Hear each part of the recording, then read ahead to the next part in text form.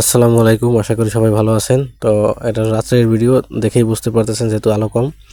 তো এটা চুরির আলনা, মহিলার চুরি রেখে সেটা একটু খুলে দেখাইতেছি আর কি।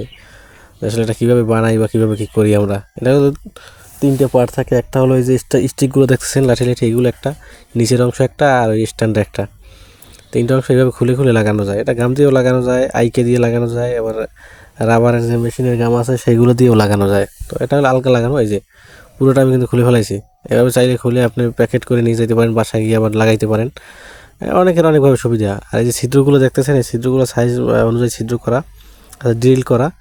এটা এমনভাবে করা যাতে আমার হাতে যে বাম হাতে যে কাঠিগুলো দেখছেন সেগুলা সাইজভাবে ঢোকে। যদি একটা ছিদ্রতে এগুলো না ঢোকে তাহলে কিন্তু সেই চুরি জানলাটা বাদ। আর একটা চুরি জানলা বাদ মানে 100-150 টাকা লস।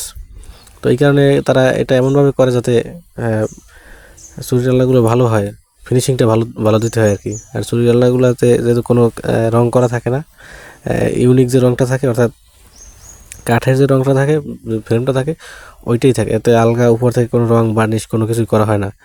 তো এর কারণে অতটা সুন্দর না দেখা গেলেও প্রাকৃতিক যে সৌন্দর্যটা সেটা দেখা যায়। দেখেন চুরি জানলাটা খুললাম, খুলে কিন্তু আমি আবার লাগাইতেছি।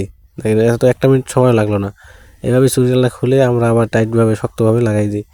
অনেক কাস্টমারে খুলে দিয়ে দিই, তারা বাড়িতে নিয়ে লাগায়। আবার অনেক কাস্টমার যেভাবে আসে এইভাবে আমার হাতে ঠিক এইভাবেও নিয়ে যায়। মানে কাস্টমার ইচ্ছের উপরে। যদি আমরা জিজ্ঞেস করি ভাই আপনি কি খুলে নেবেন না যেভাবে সেইভাবে নেবেন, অনেকে বলে ভাই খুলে দেন ছোটো ব্যাগে, আবার অনেকে বলে না যেভাবে সেইভাবেই দিয়ে দেন। যার যেটা সুবিধা আর কি। তবে দাম একই, খুলে দিয়ে আর খুলে না খুলে দিয়ে একই কথা, দাম একই। যাই হোক, এইটাই দেখানো ছিল চুরি জানলার। বিদায় নিচ্ছি। আসসালামু আলাইকুম।